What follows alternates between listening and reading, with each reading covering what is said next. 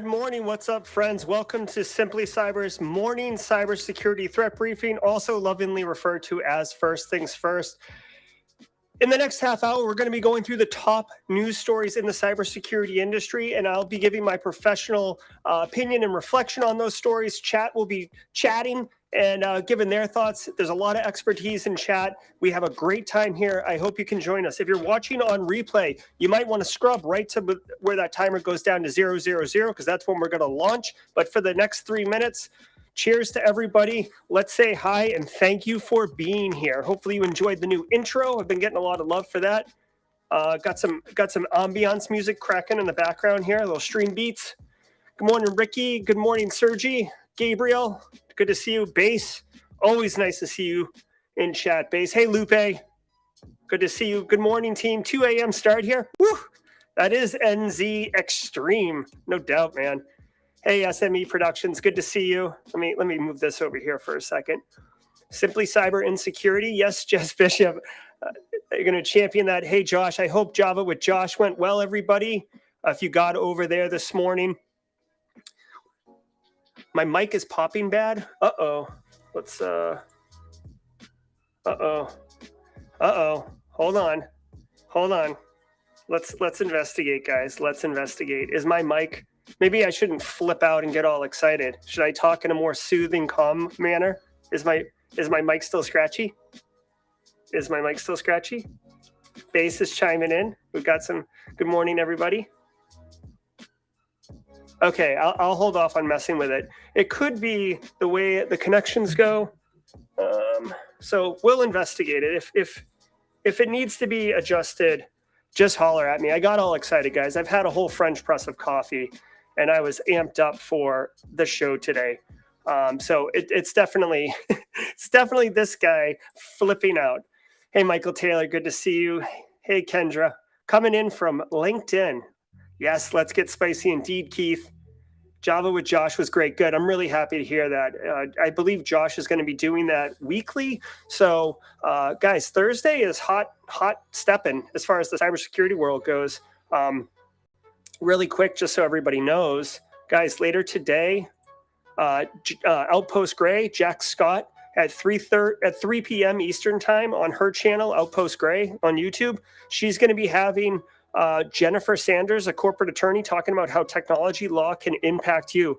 Jax always brings the heat. Love her personality. Love her streams. So show some love if you guys have the time to head over there. Also, I'll tease it later, but at 4:30 today, we're having Amanda Sawicks from Cyberbytes Foundation come on to Simply Cyber Live and talk about all that stuff. In our last 19 seconds, I do want to say thank you so much to the squad members, the Simply Cyber squad. We got a couple new members in here just in the last couple days. CyberSec Mom, I see you on Cyber Insecurity all the time. Isaiah shouted you out during the stream. Elizabeth Sneed, good friend here in the local community, and has been with us since InfoSec ICU. If you've been around for a minute, that was the precursor to Simply Cyber back in the day. And Alfredo, good to see you. Walter Harris, thank you so much for the support, guys. As far as I know, first things first, you won't have to watch a commercial. There won't be Google ads or anything like that, because you guys are definitely supporting the stream with your memberships, and I significantly appreciate it. Scott Bush became a member. Get to love playing that drop. All right, so guys, if you know what's going on, then this is going to sound repetitive to you, but if you're new here, guys, we go to cisoseries.com, and this is the bedrock on which we run this show every morning, okay? cisoseries.com. David Spark and his group, they do a fantastic job delivering the heat daily, and we're going to leverage that right now. So let's get into it. And Series, it's cybersecurity headlines. It's Thursday, February 17th, 2022. State-sponsored hackers hit defense contractors. A new alert issued by CISA, the FBI, and the NSA claims that state-sponsored hackers linked to Russia targeted cleared defense contractors and subcontractors over the course of several years. Compromised contractors supported the U.S. Army, Air Force, DoD, and intelligence agencies, with the actors acquiring export-controlled technology and sensitive unclassified information. The alert says the exfiltrated information provides significant insights into U.S. weapons platform development and deployment timelines, vehicle specifications, and plans for communication infrastructure and information technology. The agencies expect these same actors to continue targeting defense contractors into the foreseeable future. All right, guys. Here's a preemptive spicy. And if my mic pops as I begin to flip out on this particular story, I apologize in advance. I'm going to do my absolute best to be level-headed and super cool. But listen to me, people, okay? Okay, so FISMA was designed initially to secure federal IT systems, but it became painfully obvious very, very quickly that the United States government outsources so much of it to private industry, professional services. We're talking Deloitte, Booz Allen, Accenture, Capgemini, KPMG, the list goes on, right? That's just the top players. There's a whole ecosystem of these contractors, right? And the government loves it. But the federal contractors are not required to adhere to any security standard. There is this something called NIST SP 800-171. You don't need to know what that means, but what you do need to know is it is a set of minimum security controls. Again, compliance does not equal security. It's a set of minimum security controls that you self-attest that you're adhering to. So guess what? I'm a contractor. I'm going to bid on $1 million contract. I win the contract. And all I have to say is that, yes, I'm compliant with NIST 800-171, self-attestation. No one's going to independently audit me, okay? And I'm not going to lose $1 million, frankly, because I'm not exactly secure. A lot of times people are not aware of what it even means to be compliant with these security standards, right? It's a small business, 10-person company. They do engineering stuff. They don't invest in information security. Yes, we're 800-171 compliant. And this was the reason that CMMC came to be and why there was going to be independent, valid auditing. The reason that all of this crap exists today and why it's such a problem is because of this. Russian hackers obtaining sensitive information, not from the federal government, but from the ecosystem of companies that support the federal government.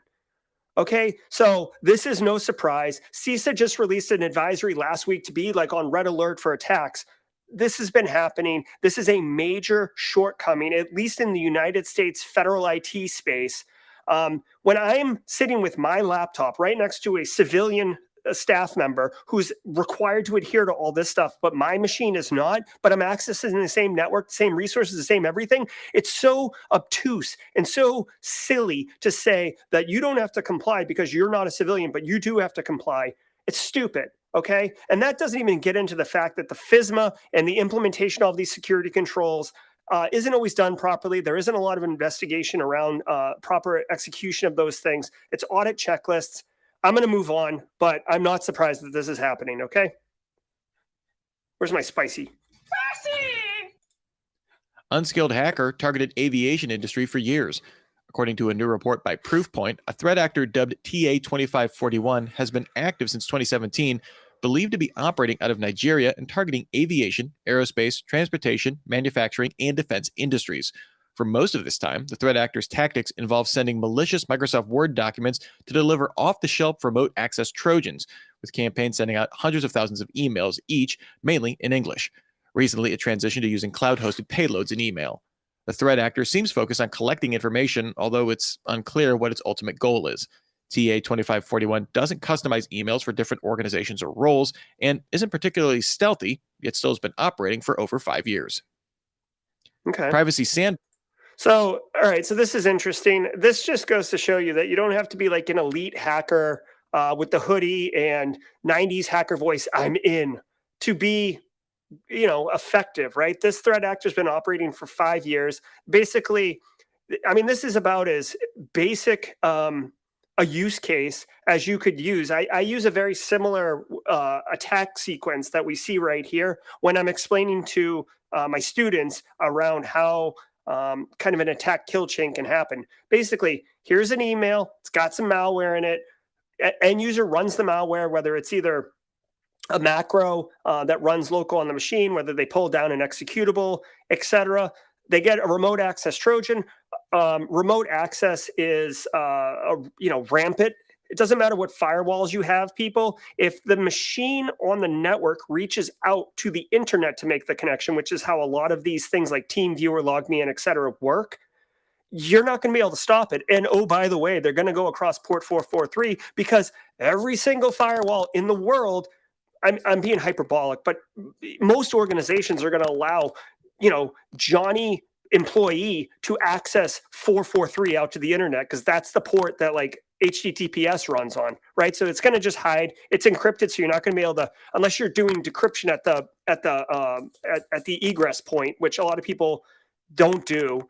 You're not going to see any of this. You'll establish that remote access, and then this guy's here. Now, what's interesting about this particular one that I want to point out is it seems that this threat actor is executing and doing the payload.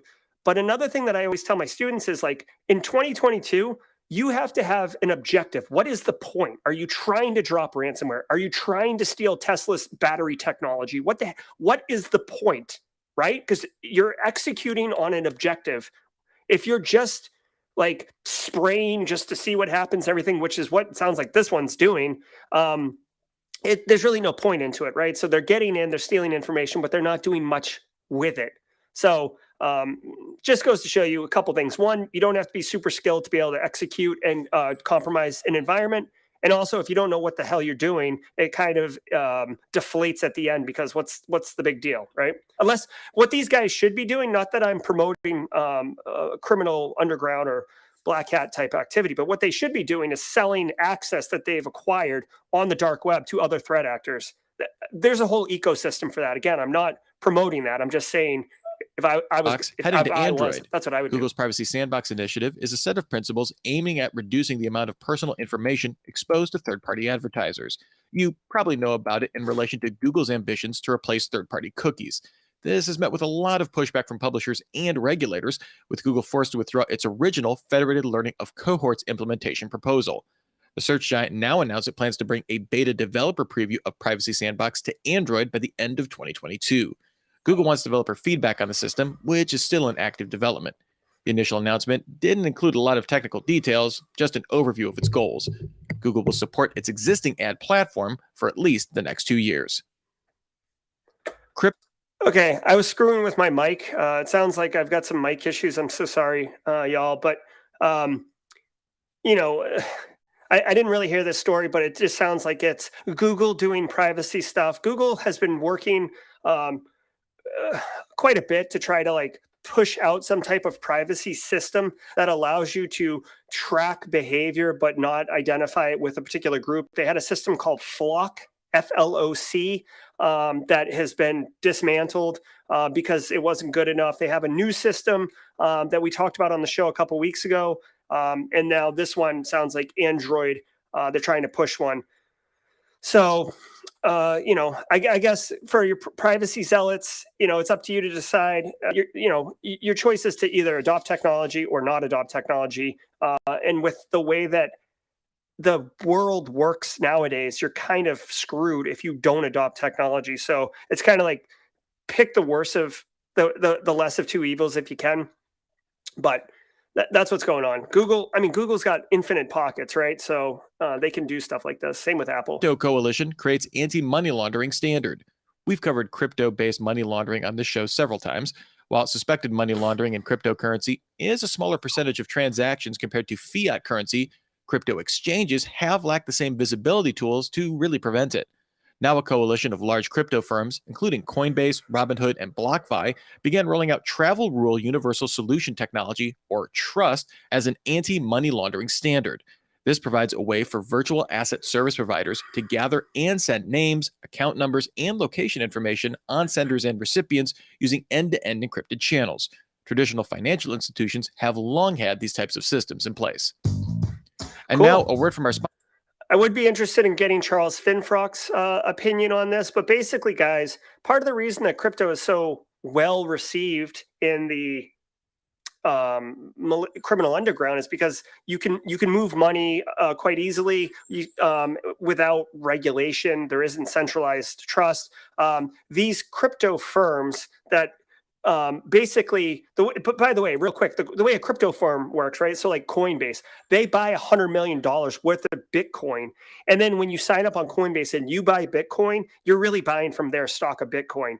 So like they own the actual Bitcoin, but you own it. But like if Coinbase gets hacked, it's like you don't have it in your wallet. Okay. So they have full visibility over who has what, how many assets, all these things. It sounds like these guys are trying to develop some type of anti-money laundering capability to curb that, frankly, because there's a lot of money laundering going on with crypto right now. So I'm happy to see that. I do wonder, honestly, if part of this is to also help regulators tax income from crypto and keep track of who's got what from an asset perspective, kind of a privacy invasion, but I'd be speculating if that's the case.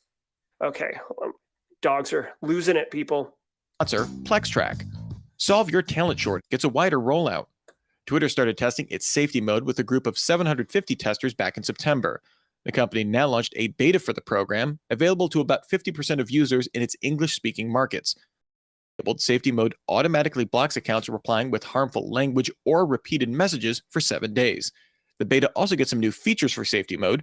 Twitter will now actively monitor responses and suggest when to enable the feature in the event a tweet goes viral and a user potentially doesn't know it's available. It's unclear when safety mode will get a rollout to other languages or a global release on the platform. Okay, so this is not necessarily a cybersecurity story, but I do find this interesting. So basically what they're saying is Twitter is going to roll out a program that automatically blocks accounts for 7 days that are replying to an original post with what is deemed harmful language or sending repetitive replies. This has got some concerns with it. Okay, right? Like on the surface, it sounds good.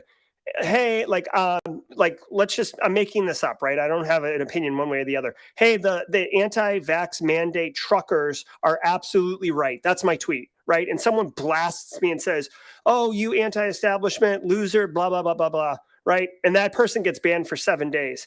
Now let's spin it. What if I post something that's like absolutely like just disgusting, right? Like I say that like some really hated group or something like that, or some just disgusting behavior is absolutely okay, and that I promote it.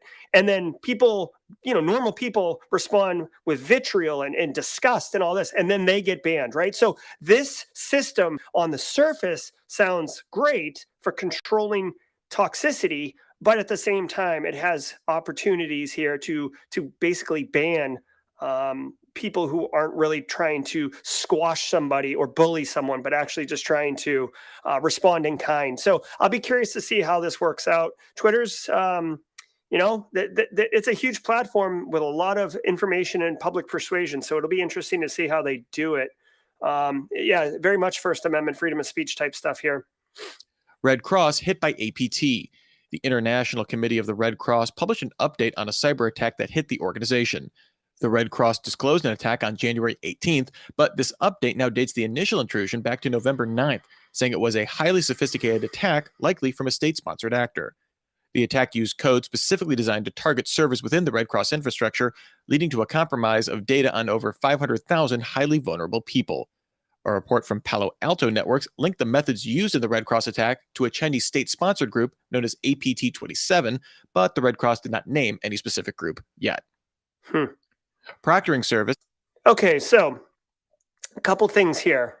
One, the Red Cross was attacked, and that's really, really gross, since they are kind of like, delivering healthcare to people really in need who don't have access to healthcare internationally. The fact that it was state-sponsored, obviously to me that screams that there was an objective, there was a mission, there was a underlying intent on that one. They do mention China. I'm just going to Google this really quick. I have no idea if this is true, but I wonder if Red Cross was helping some population that the Chinese group or the Chinese state did not like. So I wonder, I don't know how to spell Uyghur population, but there is some serious stuff going on up in northwestern China right now. And I know I'm doing this kind of on the fly, but I'm curious if the Red Cross, interesting. Okay, so I'm just going to this really quickly, guys.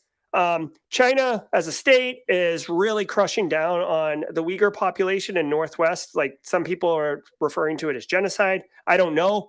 But this is a news article from the International Committee of the Red Cross talking about efforts and work that they're doing in that part of the country. So, you know how you stop the Red Cross from helping that group of people? I'll give you a hint. You you ransomware their infrastructure. I'm speculating, but Occam's razor, if you will. It seems like the obvious Sets thing. up cheating honeypots. The markup covered an online proctoring tool called HonorLock, which uses AI to monitor remote students for any cheating during tests. This involves everything from using facial recognition for verifying identity to searching for linked questions online. Computer science student Kurt Wilson discovered the service also tracks students through seed sites, effectively fake cheating websites that act as honeypots for students. By analyzing common code and test questions, Wilson found a dozen seed sites set up by HonorLock over the past year, with 5 still active. Clicking on answers to questions on these sites shares details on typing and mouse movements with HonorLock, which is combined with IP addresses to produce evidence of students looking up information on other devices. It's unknown how many students have been caught using these honeypots. Pixelating. Interesting. So here's a question for the group. Cheating on academic tests, cheating on certifications. I mean, what one of us hasn't received at least one message on LinkedIn from somebody who's like, hey, guaranteed 100% success rate on certification ABC, because effectively we'll take the cert for you because it's COVID and it's remote. You could sit there, guaranteed. You give us whatever, $1,000, you will get that cert. Doesn't matter if you understand anything about it or not. I get petitioned with that stuff all the time. I'm sure many of you do.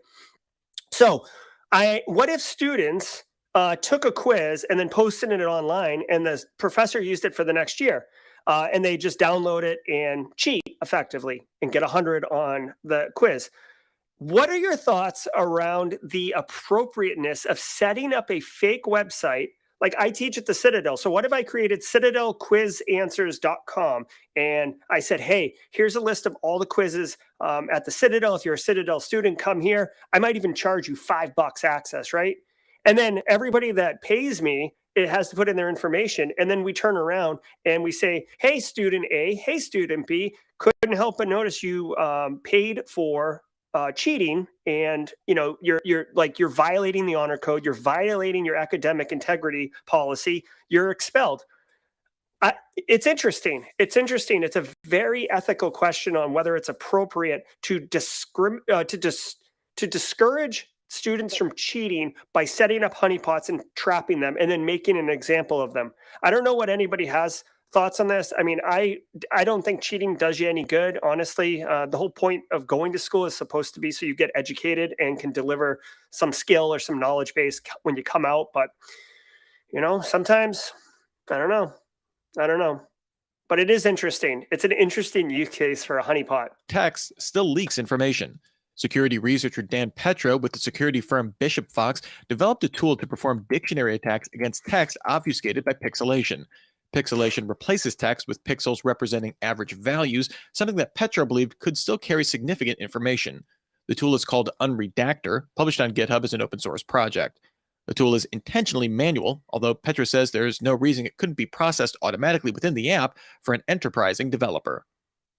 Thanks for joining us. So interesting. So, sometimes we use this concept of pixelating text, blurring it out so we can show a screenshot but not disclose sensitive information.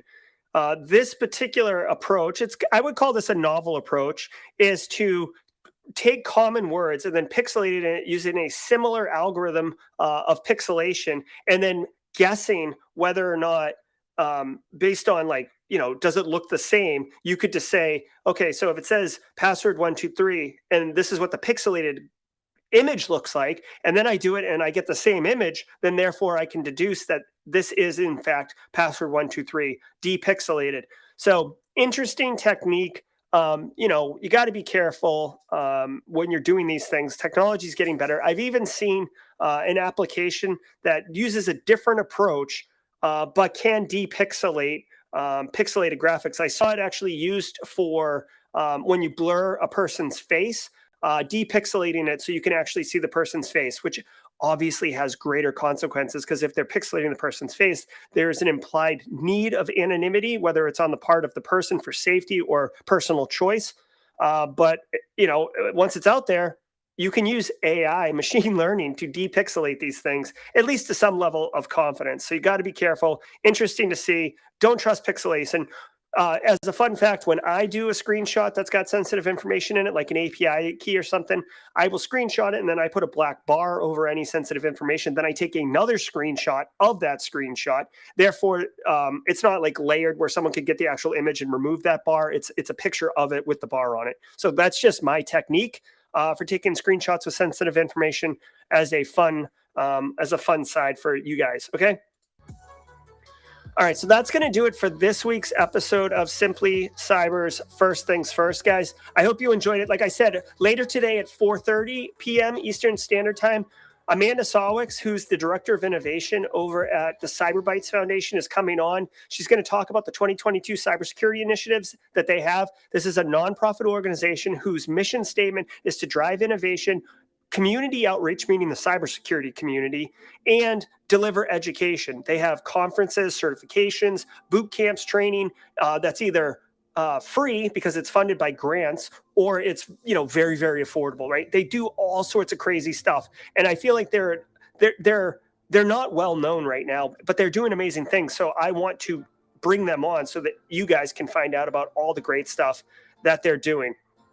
Okay, guys.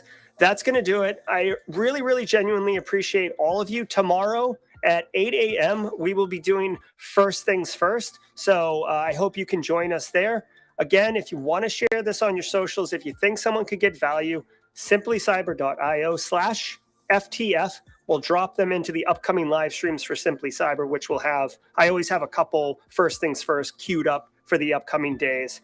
Again, sincere appreciation for all the members of the squad. And if you're not a member of the squad, I appreciate you being here all the same. Whether you're a member of the squad or not, you're part of the Simply Cyber community. And I personally genuinely appreciate that. I think what we're doing here every single day adds real value to the community at the individual level and at the greater macro level, because the more informed we are as a community, the better we are to operate as practitioners. The more secure things are, the better everybody is, and everybody wins. Thank you so much, Rand. Thank you so much, Kimberly, Edward, Andre. I'll try to get my mic sorted out, but until tomorrow at 8 a.m. if you're only into First Things First, or today at 4:30, I will talk to you then. Take care, everybody. Have a great day.